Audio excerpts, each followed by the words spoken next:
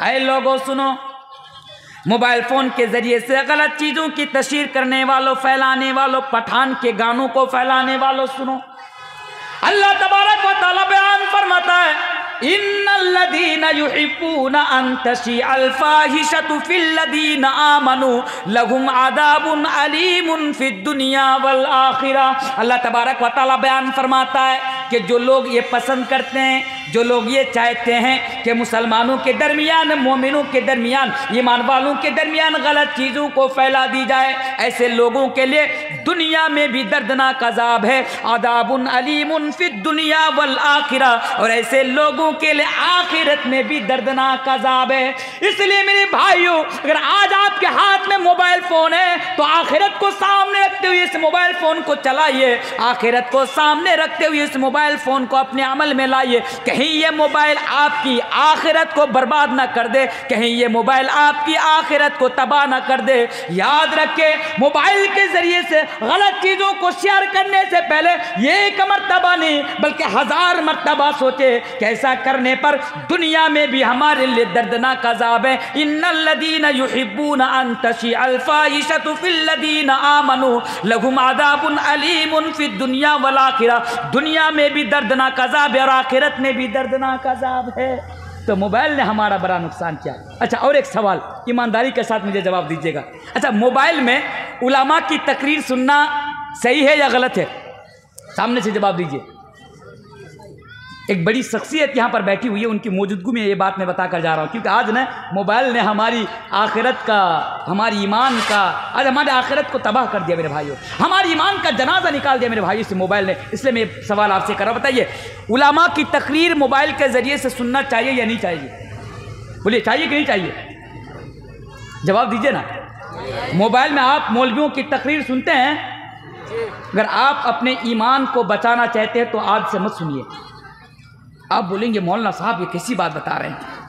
हर मौलाना तो ये कहते हैं कि भाई मोबाइल में गाना उना मत सुनो, उलमा की तकरीर सुनो, और आप ये कहते हैं कि साहब मोबाइल में उलमा की तकरीर ना सुनो। ये तो बात अलग हो गई, ये तो उल्टी बात हो गई। हाँ मेरे भाइयों, अगर आप अपने ईमान की बका चाहते हैं, ईमान की सलामती चाहते हैं, अपना अकीदा बचाना चाहते हैं, आखिरत को बर्बाद होने से बचाना चाहते हैं, तो मेरे भाइयों इस पुरफितन दौर में मैं आपसे ये पैगाम देकर जा रहा हूं कि मोबाइल में उलमा की तकरीर मत सुना कीजिए।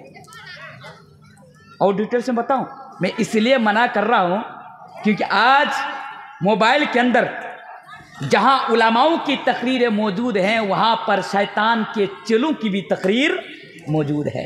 बात समझ में आ रही है? अच्छा देखिए, मिसाल के तौर पर समझिए, मेरे पास मोबाइल है, मैं एक तकरीर सुन रहा हूँ, भाई बड़ी अच्छी आवाज़ है, बांग्लादेशी है, इंडियन है, फला है, मैं उनकी तकरीर सुन रहा हूँ। अब मेरे भाइयों बताइए, आप जिनकी तकरीर सुन रहे हैं क्या उनके बारे में आपको इल्म है? मैं जनरल लोगों के लिए बता के जा रहा हूँ कि वो भाई उनका अकीदा कैसा है, मनहज कैसा है, वो जो बात बता रहा है वो सही भी है या गलत भी है, क्या आपको मालूम है? मालूम नहीं है ना। आपको लग रहा है भाई ये बहुत अच्छी बातें बता रहा है, लेकिन ऐसा भी तो हो सकता है कि ये आपके, इनकी बातें आपके अकीदा का जनाजा निकालने के लिए काफी है। ऐसा नहीं होता। आज हर दाढ़ी वाले, टोपी वाले को आप उलमा ना समझा करें मेरे भाइयों। हर दाढ़ी वाले, टोपी वाले की तकरीर अगर आप इसलिए सुन रहे हैं कि ये मौलवी हैं, याद रखिएगा ये शैतान भी तो हो सकता है ना। बात को बड़ी संजीदगी के साथ आप समझिए, मैं इसलिए मना कर रहा हूं। हाँ, आप मोबाइल में उलमा की तकरीर सुनिए। किस उलमा की? जिनके बारे में आप जानते हैं इनका अकीदा क्या है, सही है, मनहज सही है, अच्छी बातें बता रहे हैं, आप उनकी तकरीर सुनिए। ऐसे उलमा की तकरीर ना सुनिए जिनके बारे में आप जानते नहीं, जिनको आप पहचानते नहीं, जिनके बारे में आपको कोई इल्म नहीं। हाँ, आपको सुनने में अच्छा लगता है, बहुत अच्छी तकरीर करते हैं, आपके इलाके में जो बड़े उलमा हैं उनके पास जाइए, उनसे पूछिए कि इस मौलाना की तकरीर जो मैं सुन रहा हूँ ये मौलाना कैसा है, क्या इनका अकीदा सही है? तो वो उनके बारे में सोचेंगे, देखेंगे, उनके बाद वो आपको बता देंगे। गलती तो सबसे होती है, लेकिन मेरे भाइयों कुछ लोग ऐसे हैं जिनकी बातें हमारे लिए और आपके लिए मेरे भाइयों बहुत ही खतरनाक है। एक मिसाल देकर मैं आपको और समझाना चाहूँगा, बात को सुनिए। मेरी माँ की मिसाल मैं आपके सामने देकर जा रहा हूँ। हमेशा मोबाइल में तकरीर सुनते हैं, हमेशा मोबाइल में तकरीर सुनते हैं मेरी माँ। एक दिन की बात है, इस साल की, मैं घर में गया, घर में जाने के बाद मैं अपना कमरा में सोया, हालांकि मैं बहुत दिनों के बाद घर जाता हूँ, तो कमरा में सोया तो मेरी नज़र ना दरवाजे के ऊपर एक चीज़ के ऊपर पड़ी कि एक कपड़ा में मिट्टी का गोला, यानी आप मिट्टी का गोला समझते हैं ना, जिसको ढेला बोलते हैं, शायद ढेला, ढील बंगला में बोलते हैं, मिट्टी का ढेला, मिट्टी का गोला एक कपड़ा में बंधा हुआ है। मैंने उसको उतारा कि भाई क्या है जरा देखूं, मैं क्यों बता रहा हूं बात को समझिए। मैंने उसको उतारा, उतारने के बाद देख रहा हूं कि मिट्टी का 4 गोला या ढेला उसके अंदर, कपड़े के अंदर बंधा हुआ है। मैंने कहा चलो ठीक है, मैं सुबह पूछूंगा माँ से कि ये क्या है। सुबह हुई, माँ के पास गया, मैंने माँ से पूछा अम्मी जान ये क्या है कि दरवाजे पर आप इसको बांध के रखी थी, ये क्या है? तो माँ बोल रही कि आपने इसको तोड़ दिया। मैंने कहा हाँ तोड़ दिया। कहा क्यों? मैंने कहा आप ये बताइए कि आपने वहां पर क्यों बांधा है इसको? तो माँ जवाब देती है कि बेटा ये घर में बरकत लाने का वजीफा है। मैंने कहा मेरी माँ आपको कैसे मालूम? मैंने माँ से सवाल किया माँ आपको कैसे मालूम? मेरी माँ ने जवाब दिया कि मैं एक तकरीर सुन रहा था, उस तकरीर में मौलाना बता रहे थे कि अगर तुम्हारे घर में बरकत नहीं है तो घर में बरकत लाने का वजीफा यह है कि तीनों कुल को 3-3 मर्तबा करके मिट्टी का 4 गोला लो, उसमें पढ़ो और फू मारो, और फू मारने के बाद एक कपड़ा में बांधकर घर के किसी कोने में उसको टांग दो तो तुम्हारे घर में बरकत आ जाएगी। नऊज़ बिल्लाह मिन ज़ालिक।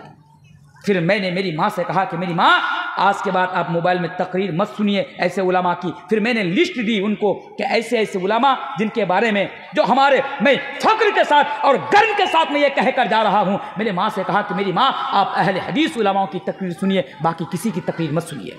डायरेक्ट मैंने मेरी माँ से कहा। तो मेरे भाइयों मोबाइल में तकरीर सुनने से पहले जरा सोच लीजिएगा कि ये कौन है। ऐसा भी हो सकता है बहुत सारे हमारे नौजवान हैं जो बांग्लादेशी मौलवी है ना, कि वो ताहिरी, क्या नाम है उनका, ताहिरी। आज हमारी माएँ और बहनें ताहिरी साहब के तकरीरें सुन रहे। भाई इनका ईमान का जनाजा तो निकलेगा ना।